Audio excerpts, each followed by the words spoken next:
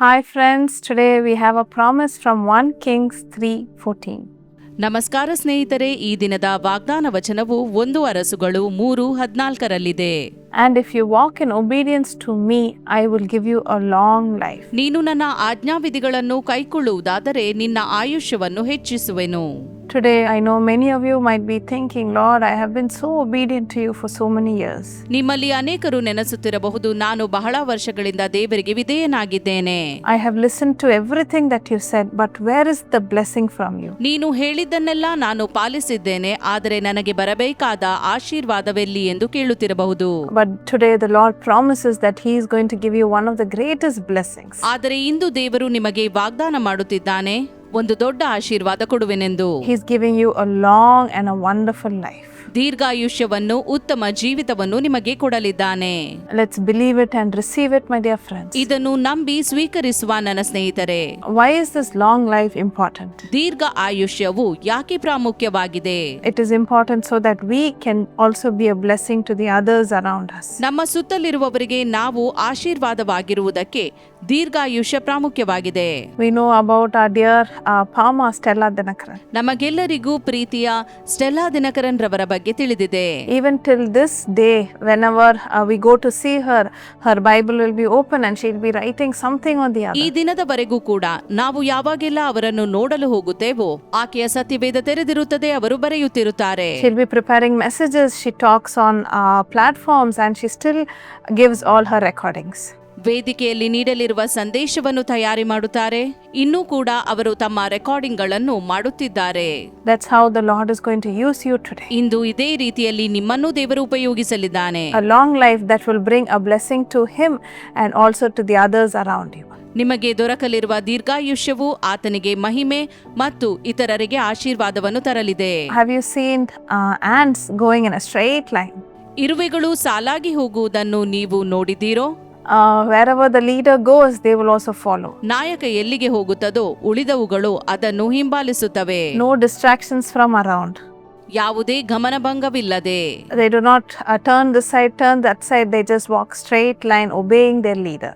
ನಾಯಕನಿಗೆ ವಿಧೇಯರಾಗಿ ಎಡಕ್ಕೂ ಬಲಕ್ಕೂ ಎಲ್ಲಿಗೂ ತಿರುಗದೆ ನೇರವಾಗಿ ಹೋಗುತ್ತವೆ. The Lord also expects us to have the same obedience. ಇದೇ ವಿಧೇಯತೆಯನ್ನು ನಾವು ಹೊಂದಿರಬೇಕೆಂದು ದೇವರು ಬಯಸುತ್ತಾನೆ.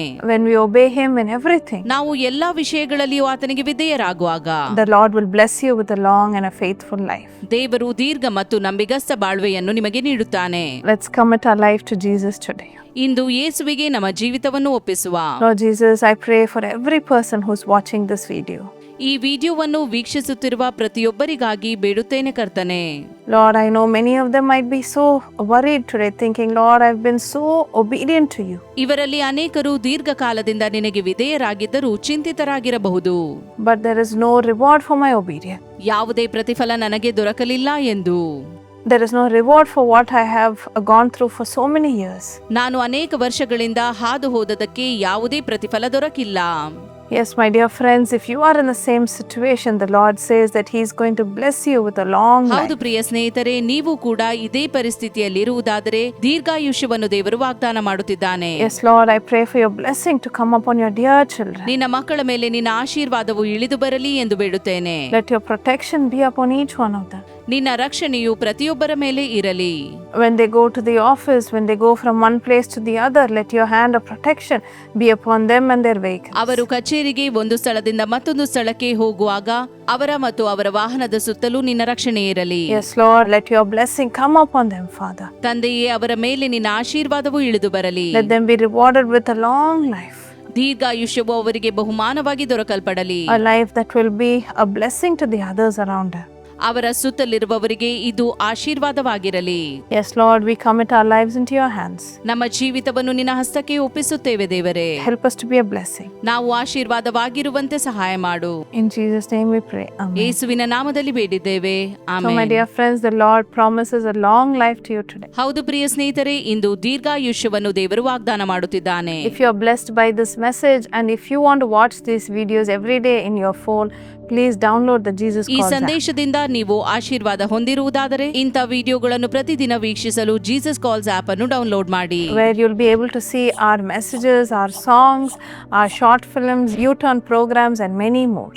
ಈ ಮೂಲಕ ನಮ್ಮ ಸಂದೇಶಗಳನ್ನು, ಹಾಡುಗಳನ್ನು, ಕಿರುಚಿತ್ರಗಳನ್ನು, ಯೂ-ಟರ್ನ್ ಕಾರ್ಯಕ್ರಮಗಳನ್ನು ಹೀಗೆ ಇನ್ನೂ ಅನೇಕವುಗಳನ್ನು ವೀಕ್ಷಿಸಬಹುದು. You can also submit your prayer requests through the app. ಆಪ್ನ ಮೂಲಕ ನಿಮ್ಮ ಪ್ರಾರ್ಥನಾ ಮನವಿಯನ್ನು ಕಳುಹಿಸಬಹುದು. I'm sure it would be a blessing to you. ನಿಮಗೆ ಇದು ಆಶೀರ್ವಾದವಾಗಲಿದೆ ಎಂದು ಖಂಡಿತವಾಗಿ ನಂಬುತ್ತೇನೆ.